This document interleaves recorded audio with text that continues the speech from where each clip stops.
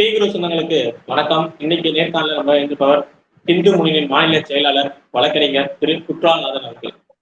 வணக்கம். வணக்கம். வணக்கம். எப்படின்னா இருக்கீங்க? நல்லா இருக்கேன். நல்லா இருக்கீங்களா? ரொம்ப நல்லா இருக்கும். வக்பு சட்ட திருத்தம் வந்ததுல இருந்தே ஒரு பேச்சாவே இருக்கு. அதுக்கு முன்னாடி ஈவன் பார்லிமெண்ட்லயே அமைச்சர் அவர்கள் கொண்டு வரப்ப திருச்செந்தூரை எல்லாம் வந்து மேற்கோள் காட்டி பேசினாரு. அந்த கிராமமே வந்து வக்புக்கு சொந்தம் சொல்லிட்டு பிரச்சனை வந்திருக்கு அப்படின்னு. அப்படி இருக்கிறப்ப கொஞ்சம் சட்டிலா இருக்கப்ப திருப்பி உங்க மாவட்டம் திருநெல்வேலி நெல்லையில ஒரு ஊர்ல அதே மாதிரி ஒரு குறிப்பிட்ட இடம் வந்து திருப்பி வக்புக்கு சொந்தம் சொல்லிட்டு ஒரு பிரச்சனை வந்ததா பாக்குறோம். எந்த ஊரு, என்ன பிரச்சனை, அதற்கு அங்க இருக்கிற மாவட்ட ஆட்சியர் என்ன சொல்லியிருக்காங்க? திருநெல்வேலி மாவட்டத்தில் இருக்கக்கூடிய திருநெல்வேலி மாநகர் பகுதியில் இருக்கக்கூடிய கண்டியப்பேரி அப்படிங்கிற வில்லேஜ், அதுல இருக்கக்கூடிய ஒரு பகுதி இப்ப வந்து அது பழையப்பேட்டைன்னு மாறி இருக்குது. அந்த பழையப்பேட்டைங்கிற பகுதியில் இருக்கக்கூடிய கிட்டத்தட்ட 4-5 தெருக்கள், அதுல குடியிருப்புகள்னு பார்த்தா கிட்டத்தட்ட 2500 3000 வீடுகள் இப்ப குடியிருந்துட்டு வர்றாங்க. பெரும்பாலும் ஹிந்துக்கள் அதுல குடியிருந்துட்டு வராங்க.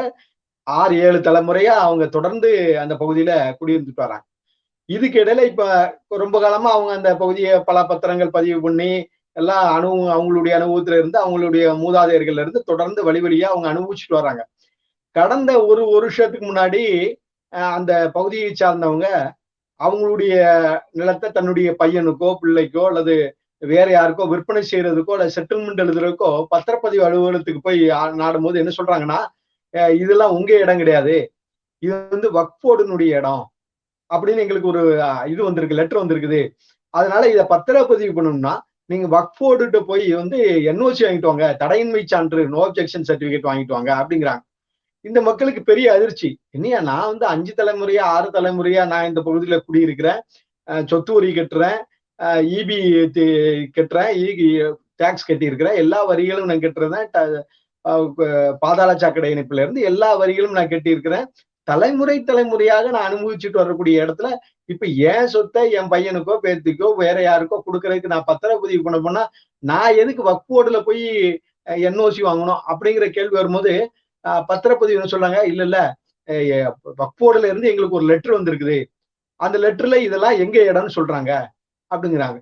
அப்ப இவங்க போய் கேட்கறாங்க, எங்க ஒரு லெட்டர் யாருனாலும் கொடுத்துட்டு போயிடலாம், இது கோர்ட் ஆர்டர் ஏதாவது இருக்குதா, கோர்ட் உத்தரவு, ஹைகோர்ட் உத்தரவு, சுப்ரீம் கோர்ட் உத்தரவு ஏதாவது இருக்குதா அப்படின்னா, இல்ல வக்ஃப் போர்டு வந்து ஒரு இடத்த வந்து என் இடம்னு கிளைம் பண்ணிட்டா அது வக்ஃப் போர்டுக்கு சொந்தமான இடம் தான், அதுக்கு வந்து நாங்க ஆதாரங்கள்லாம் கேட்க முடியாது அப்படின்னு அந்த பத்திரப்பதிவு அதிகாரி சொல்றாரு.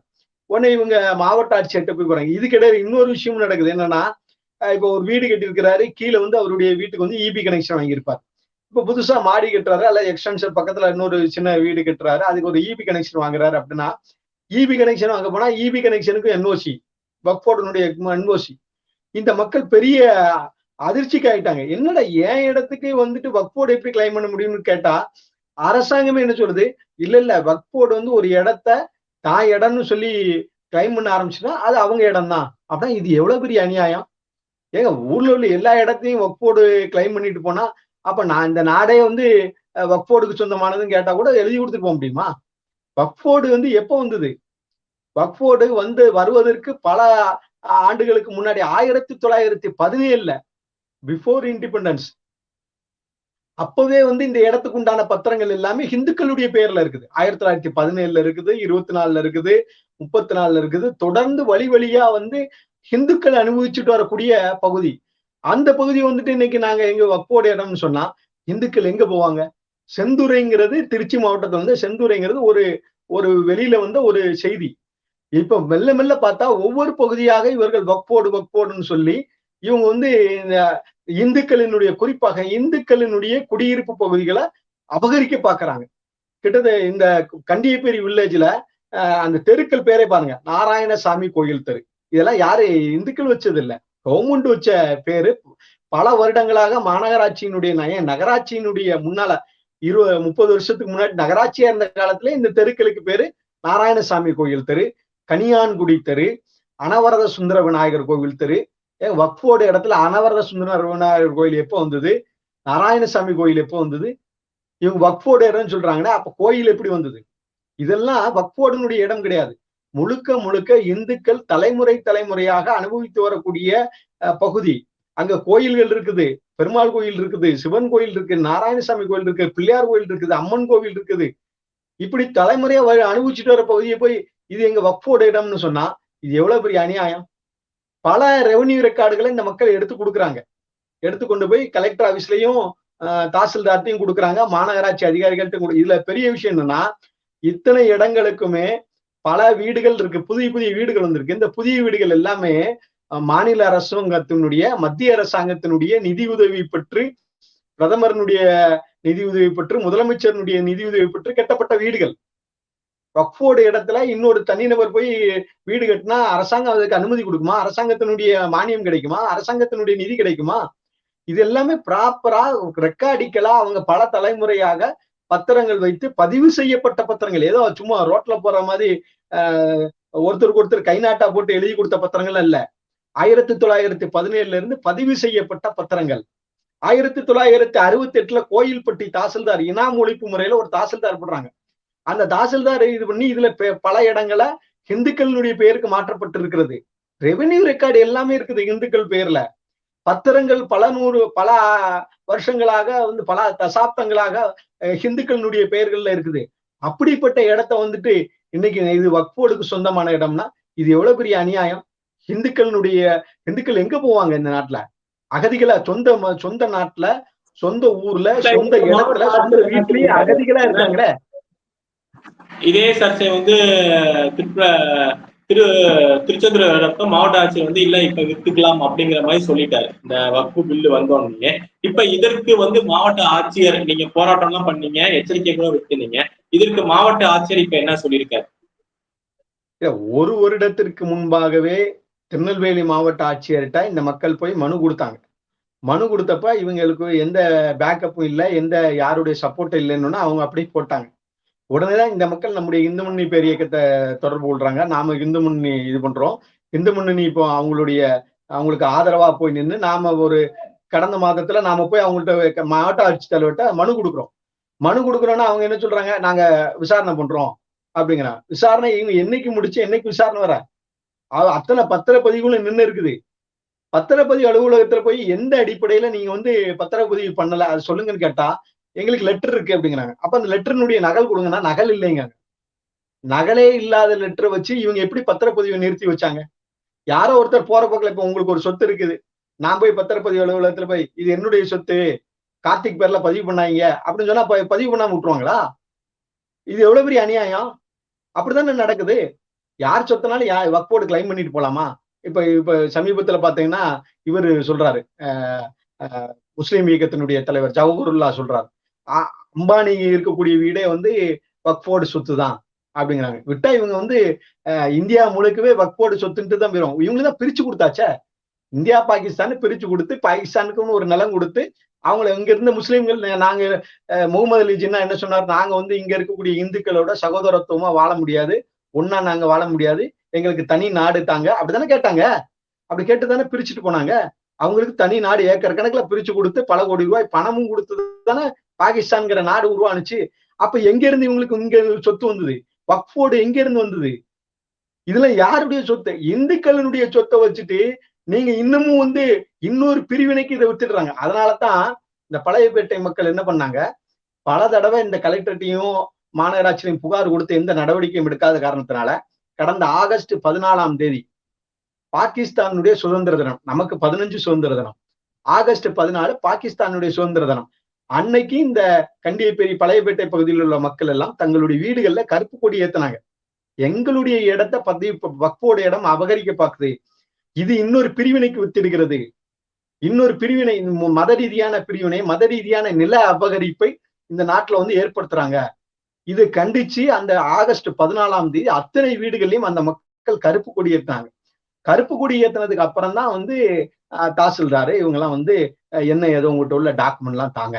இப்பதான் அந்த வருவாய்த்துறை அதிகாரிகள்லாம் அந்த பக்கம் இந்து முன்னணி பேரியக்கம் போய் அந்த மக்களுக்கு ஆதரவா போய் போராட்ட கழகத்துல இறங்கும் போதுதான் வருவாய்த்துறையினுடைய அதிகாரிகள் இப்ப பழையப்பேட்டையினுடைய பக்கம் திரும்பி இருக்கிறது.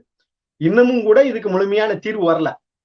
இந்த தீர்வு வர வேண்டும் என்று சொன்னால் நிச்சயமாக வக்ஃபோர்டு சட்டத்துல மிகப்பெரிய தீர்வு வரணும். இது ஒரு செந்துறை, ஒரு பழையப்பேட்டை இப்ப வெளியில வந்திருக்குது. ஒவ்வொரு மாவட்டத்திலையும் இது போல பல இடங்களை வக்ஃபோடு இன்றைக்கு அபகரித்துக் கொள்ள முயற்சி பண்றாங்க. இவங்க பள்ளிவாசல் சொல்றாங்க, எங்க பள்ளிவாசல் இடம். இவங்கிட்ட என்ன, அப்பாவி மக்கள்கிட்ட போய் நீ என்கிட்ட வந்து 1,00,000 கொடு, 2,00,000 கொடு, நிந்தம் கொடு, நான் உன் பேருக்கு மாத்துறேன். தர வாடகை யாரு இடத்துக்கு, ஏன் சொந்த இடத்த நான் வக்ஃபோர்டுக்கு வந்து பள்ளிவாசலுக்கு வந்து முத்தவள்ளிக்கு போய் 2,00,000 3,00,000 கொடுத்து அவர்கிட்ட நான் தர வாடகை கொடுக்கணுமா? என்ன அநியாயம் சார் இது? எவ்வளவு பெரிய பகல்குள்ள நடக்குது. அரசாங்கமே இதை ஆதரிக்கிறது, அரசாங்கமே இதுக்கு ஒத்து போதுங்கிற போது, அப்ப இந்துக்கள் பண்ணுடைய நிலைமை என்ன? பல வருஷமா குடியிருக்கக்கூடிய ஹிந்துக்களுடைய நிலைமை என்ன? நான் இதே கேட்கிறேன். இதே ஒரு ஹிந்துக்கள் போய், ஒரு ஹிந்து அமைப்பு போய் முஸ்லிம்களுடைய குடியிருப்பு பகுதியில போய் எங்க கோயிலினுடைய சொத்து நீ கூட கொடுன்னு சொன்னா உடனே இது பண்ணிடுவாங்களா? கோயில் சொத்துக்கள் பல இடத்த வந்து ஆக்கிரமிச்சு வச்சிருக்காரு, அதை கேட்கறதுக்கு இல்ல. ஆனா தலைமுறை தலைமுறையாக ஹிந்துக்கள் அனுபவிச்சுட்டு வரக்கூடிய பகுதியை வக்ஃபோர்டு சொத்துங்க, அரசாங்கம் அதை நிறுத்தி வைக்குது பாருங்க. மாவட்ட ஆட்சித்தலைவர் பத்திரப்பதிவை நிறுத்தி வைக்கிறாரு. ஈபி கனெக்ஷன் கொடுக்க மாட்டேங்கான். அப்ப சொந்த நாட்டுல சொந்த மண்ணில இந்துக்கள் அகதிகளாக இருக்கக்கூடிய நிலைமை இருக்குது. இதற்காகத்தான் இந்து முன்னணி இன்றைக்கு போராடி கொண்டிருக்கு. அடுத்தது இதே இன்னொரு சர்ச்சை என்ன இருக்குன்னா, வக்ஃபுல வந்து நிறைய ஊழல்கள் நடைபெற்று இருக்கு அப்படின்னு சொல்லிட்டு சர்ச்சையில இடி வந்து இதுவரையும் அமைச்சர்களை எல்லாமே கைது செய்யப்ப அவங்க துறையில ஊழல் செஞ்சவங்க கைது செய்யப்பட்டாங்க. பட் இப்ப டெல்லியில ஒரு ஆம் ஆத்மி எம்எல்ஏ வந்து வக்ஃபுல ஊழல் செஞ்சதால இடி வந்து கைது செய்யப்பட்டாங்க. எந்த அளவுக்கு ஒரு ஊழல் செஞ்சிருக்கார்? இல்ல, வக்ஃபு போர்டுல பல ஊழல்கள் நடக்குன்னு இந்து முன்னணியோ இந்து அமைப்புகளோ சொல்லல. முஸ்லிம்களினுடைய அமைப்பிலேயே இன்னொரு பிரிவினர் என்ன சொல்றாங்க, வக்ஃபோர்டுல ஊழல் நடக்கு அப்படிங்கிற முஸ்லிம்கள்லயும் ஒரு பிரிவினர் சொல்றாங்க. வக்ஃபோர்டுங்கிற பேர்ல இவர்கள் வந்து முஸ்லிம்கள இடத்துல மிரட்டுறாங்க, அபகரிக்கிறாங்கன்னு சொல்லி முஸ்லிம்களே குற்றச்சாட்டு வைக்கிறாங்க. இந்துக்கள் மாத்திரம் வைக்கல, இந்து முன்னணி மாத்திரம் வைக்கல. அப்போ இந்த வக்ஃபோர்டு என்பது மக்களை மிரட்டி பணம் பார்க்கக்கூடிய, மக்களுடைய நிலத்தை அபகரிக்கக்கூடிய ஒரு அமைப்பாகத்தான் இன்னைக்கு இருக்குது. அதனுடைய ஒரு பகுதி தான் இப்ப கடைசியா கடந்த சில நாட்களுக்கு முன்னாடி டெல்லியில ஆம் ஆத்மி கட்சியினுடைய எம்எல்ஏ அமானத்துல்லா கான், அவரை அமானத்துல்லா கானை கைது பண்றாங்க. என்ன விஷயத்துக்காக கைது பண்றாங்க? வக்ஃபோர்டு, அவர் வக்ஃபோர்டுனுடைய சேர்மன், ஆம் ஆத்மி கட்சியினுடைய எம்எல்ஏ, டெல்லி வக்ஃபோர்டுனுடைய சேர்மன். வக்ஃபோர்டு சொத்துக்களை முறைகேடாக பயன்படுத்தி பல கோடி ரூபாய் சம்பாதிச்சிருக்கிறாரு. அது மேல அவர் மேல வழக்கு. இந்த வழக்கு ஏதோ பிஜேபி அரசாங்கமோ உடனே ஈடின்னு என்ன சொல்லுவாங்க, மத்திய அரசாங்கம் மோடி உடனே வக்ஃபோர்டு மேல நடவடிக்கை எடுத்தாங்க அப்படிம்பாங்க. உண்மையிலேயே இந்த அமானத்துல்லா கான் மேல கம்ப்ளைண்ட் கொடுத்தது யாருன்னு பார்த்தா 3 வருஷத்துக்கு முன்னாடியே அங்கு டெல்லியில இருக்கக்கூடிய காங்கிரஸ் கட்சியினுடைய மாநில தலைவர் தேவேந்திர யாதவ் அவர் கம்ப்ளைண்ட் கொடுக்கிறாரு ஆம் ஆத்மி கட்சி எம்எல்ஏ மேல. இவங்க வந்து வக்ஃபோர்டு சொத்தை முறைகேடாக பயன்படுத்துறாங்க, முறைகேடா சம்பாதிக்கிறாங்க, வக்ஃபோர்ட வந்து சீரழிக்கிறாங்க, வக்ஃபோர்ட வச்சு மக்களை ஏமாத்துறாங்க, மிரட்டி சம்பாதிக்கிறாங்கன்னு சொல்லி கவர்னர்கிட்ட 3 வருஷத்துக்கு முன்னாடியே டெல்லி ஆளுநர்கிட்ட காங்கிரஸ் கட்சி புகார் கொடுத்ததுக்கு, அந்த புகாரின் அடிப்படையில இப்ப வந்து அமலாக்கத்துறை வந்து ஆம் ஆத்மி கட்சியினுடைய எம்எல்ஏ அமானத்துல்லா கானை வந்து கைது பண்ணியிருக்காங்க. இதுதான் பல இடங்கள்ல நடக்குது. பல வக்ஃபோர்டுகள் பல இடங்கள்ல பண்ணக்கூடிய வேலை, மக்களை மிரட்டி பணம் சம்பாதிக்கிறார்கள். மக்களினுடைய இடத்தை பரம்பரையாக அனுபவித்து வரக்கூடிய இடத்தை அபகரிக்க பார்க்கிறார்கள். இதை ஏத்துக்கிட முடியாது. இவங்க வந்து வக்ஃபோர்டுங்கிற பேர்ல ஒரு மிகப்பெரிய அராஜகம், கட்ட பஞ்சாயத்து நாடு முழுவதும் நடைபெற்றுக் கொண்டிருக்கிறது. இது நிச்சயமாக தடுக்கப்பட வேண்டும். இறுதியான கேள்வி அந்த காணொலியில, இப்ப வந்து செப்டம்பர் 10ஆம் தேதிக்குள்ள மத்திய அரசு இந்த வக்ஃபு போர்டு சட்ட திட்டத்துக்கு வந்து மக்கள்கிட்ட கலந்து ஆலோசித்து சில கோரிக்கைகள் எல்லாம் கேட்டிருக்காங்க. அதுல என்ன மாதிரியான விஷயங்கள் வந்து மக்கள் வந்து மத்திய அரசுக்கு சொல்லலாம்? இல்ல, உண்மையிலேயே இந்த இத்தனை பிரச்சனைகள் நாடு முழுக்க வக்ஃபோர்டு இடங்கள், வக்ஃபோர்டுல இருக்கக்கூடிய அந்த செயல்பாடுகள், இந்துக்களுடைய இடத்தை ஆக்கிரமிக்கிறது, பல்வேறு இடங்களை இவங்க உரிமை கோர்றது, இந்த பிரச்சனைகள்லாம் எழுந்ததுக்கு அப்புறம் இன்றைக்கு மத்திய அரசாங்கம் என்ன முடிவு வர்றாங்க, இந்த வக்ஃபோர்டு சட்டத்துல மிகப்பெரிய திருத்தத்தை கொண்டு வரணும் அப்படிங்கிற முடிவுல வக்ஃபோர்டு ஆக்ட வந்து ரிஃபார்ம் பண்றதுக்காக ஒரு கமிட்டி அமைச்சு அதை வந்து ஆலோசனை பண்றாங்க. நாடாளுமன்றத்திலே அந்த பில்லு கொண்டு வராங்க. பில் கொண்டு வந்து அதுக்கு ஒரு குழு அமைச்சு அந்த குழு வந்து இன்னைக்கு அதை ஆலோசனை பண்றாங்க. அந்த குழு இன்றைக்கு மக்களினுடைய கருத்துக்களை கேட்டுக்கொண்டிருக்கிறது. இணையதளம் வாயிலாக மக்கள்கிட்ட கருத்து வாங்குது. இதை மக்கள், இந்துக்கள் விழிப்புணர்வோடு அணுகணும். இந்த இணையதளங்கள்ல அந்த இணையதளத்தினுடைய முகவரிகள்லாம் பல நம்முடைய வாட்ஸ்அப் பேஸ்புக்ல எல்லாம் வருது. இதெல்லாம் இந்துக்கள் கொஞ்சம் உணர்ந்து பார்க்கணும். ஏதோ வந்து பழையபேட்டையில எங்கேயோ நடக்குது, கண்டியப்பேரியில் நடக்குது, செந்தூரையில நடக்குது, உத்தரப்பிரதேசத்துல நடக்குதுன்னு இல்ல. இதை நாம் அனுமதித்து கொண்டே இருந்தோம் என்று சொன்னால் நாளைக்கு நாம இருக்கக்கூடிய பகுதியிலையும் அதையும் வந்து வக்ஃபோட இடமா இப்ப இவர் சொல்றாரா ஜவஹர்லா சொல்றாரா அம்பானி இருக்கிற இடமே வக்ஃபோட இடம்னாச்சு. அம்பானி இருக்கிற இடமே வக்ஃபோட இடம்னா அப்ப நம்ம எல்லாம் ஏமாத்துறோம். நாளைக்கு என் வீட்டையும் உங்க வீட்டையும் வக்ஃபோட இடம் சொல்லி அதை பத்திரப்பதிவு பண்ணக்கூடாது. நீ வந்து எனக்கு நிந்தம் கூடு, எனக்கு வாடகை கூடுன்னு வக்ஃபோடு வந்து நிற்கும். அதனால இந்த வக்ஃபோடு திருத்த சட்டம் யாருக்கோ வந்தது என்று ஹிந்துக்கள் இருக்கக்கூடாது. இது ஒவ்வொருவருக்கும் நாளைக்கு பாதிப்பை ஏற்படுத்தும் என்பதை உணர்ந்து செயல்பட வேண்டும். வக்ஃபோடு சட்டம் நிச்சயமாக திருத்தப்பட வேண்டும். இவங்களுக்கு எந்த டாக்குமெண்ட்டும் கிடையாது. இந்த வக்ஃபோர்டு ஆக்ட்ல சொல்றாங்க வக்ஃபோர்டு எதெல்லாம் கிளைம் பண்ணுதோ அதெல்லாம் வக்ஃபோர்டு இடம்னா இது எவ்வளவு பெரிய ஜனநாயக படுகொலை, எவ்வளவு பெரிய சட்ட ரீதியான ஒரு மிரட்டல். இது நிச்சயமாக திருத்தப்பட வேண்டும். இந்த வக்ஃபோர்டு இடம்னு சொன்னா அதுக்குண்டான டாக்குமெண்ட்டை கொடு. எல்லா இடத்தையும் வக்ஃபோர்டு இப்போ இந்தியா பாகிஸ்தான் பிரிவினை ஆனுச்சு. பிரிவினை ஆனப்போ இங்க இருந்து பாதி பேர் பாகிஸ்தானை நோக்கி போனாங்க. அவங்களுடைய சொத்துக்கள்லாம் இங்க இருந்தது, கேட்பாரற்று கிடந்தது. கேட்பாரற்று கிடந்த சொத்துக்கள்லாம் யாருடைய சொத்துக்களாக இருக்கணும்? ஆக்சுவலா கவர்மெண்டினுடைய சொத்துக்களாக மாறணும், அரசாங்கத்தினுடைய சொத்துக்களாக மாறணும். ஆனா அதெல்லாம் இன்னைக்கு வக்ஃபோர்டு வச்சுக்கிட்டு என்ன சொல்றான், இது முஸ்லிம்களுடைய இடம், இது வக்ஃபோர்டு இடம். என்ன முஸ்லிம்களுடைய இடம்?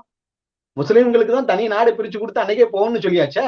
அப்புறம் என்ன உங்களுக்கு என்ன முஸ்லிம்களுக்கு உள்ள இடம், வக்ஃபோர்டு இடம்? என்னைய கேட்டா இந்த வக்ஃபோர்டு இடங்கள்ங்கிறது ரிஃபார்ம் பண்றதுங்கிறது ஒரு பக்கம் இருந்தாலும் கூட வக்ஃபோர்டு இடம் என்பது முற்றிலுமாக ஒழிக்கப்பட வேண்டும். அது முற்றிலுமாக அரசுடைமையாக்கப்பட வேண்டும். அத்தனை வக்ஃபோர்டு இடமும் எவருடைய அப்பா வீட்டு சொத்தும் கிடையாது. அவங்க வந்து அரசாங்கத்தினுடைய இடத்தை மானியமாவோ யாரோ ஏதோ இது சூழ்நிலை வாங்கி கேட்பாரற்று கிடந்த இடங்களை எல்லாம் எடுத்துக்கிட்டு இப்ப இந்துக்களினுடைய சொத்துக்களையும் வச்சுக்கிட்டு நான் இங்க வக்ஃபோர்டு இடங்கிறான். இந்த வக்ஃபோர்டு இடங்கள் முழுமையாகவே அரசுடைமையாக்கப்பட வேண்டும் என்பதுதான் இந்து முன்னணியினுடைய கோரிக்கை. இந்த வக்ஃபோர்டு திருத்த சட்டத்துல இந்துக்கள் இதை வலியுறுத்தி அத்தனை இந்துக்களும் அரசாங்கத்துக்கு தங்களுடைய கோரிக்கையை அனுப்ப வேண்டும், ஆலோசனை அனுப்ப வேண்டும் என்பது இந்து முன்னணியினுடைய கோரிக்கை. கண்டிப்பா பொறுத்து பார்ப்போம். ஏன்னா 10ஆம் தேதிக்குள்ள அனுப்பணும்னு இருக்காங்க. எந்த அளவுக்கு நமது மக்கள் வந்து விழிப்புணர்வா ஓட்டு தான் போடல, அட்லீஸ்ட் உட்கார்ந்த இடத்துல இருந்து இதையாவது செய்வாங்க அப்படிங்கிறத நம்புவோம். தங்களுடைய சொத்துக்களை பாதுகாக்கிறதுக்காக முன்வரட்டும். கண்டிப்பா உண்மை. இவ்வளவு நேரம் உங்க நேரத்தை நம்ம தளத்துக்கு வந்து பயந்தமைக்கு ரொம்ப ரொம்ப நன்றி. நல்லதே நடக்கும். வாழ்க வளமுடன். வாழ்க வளமுடன்.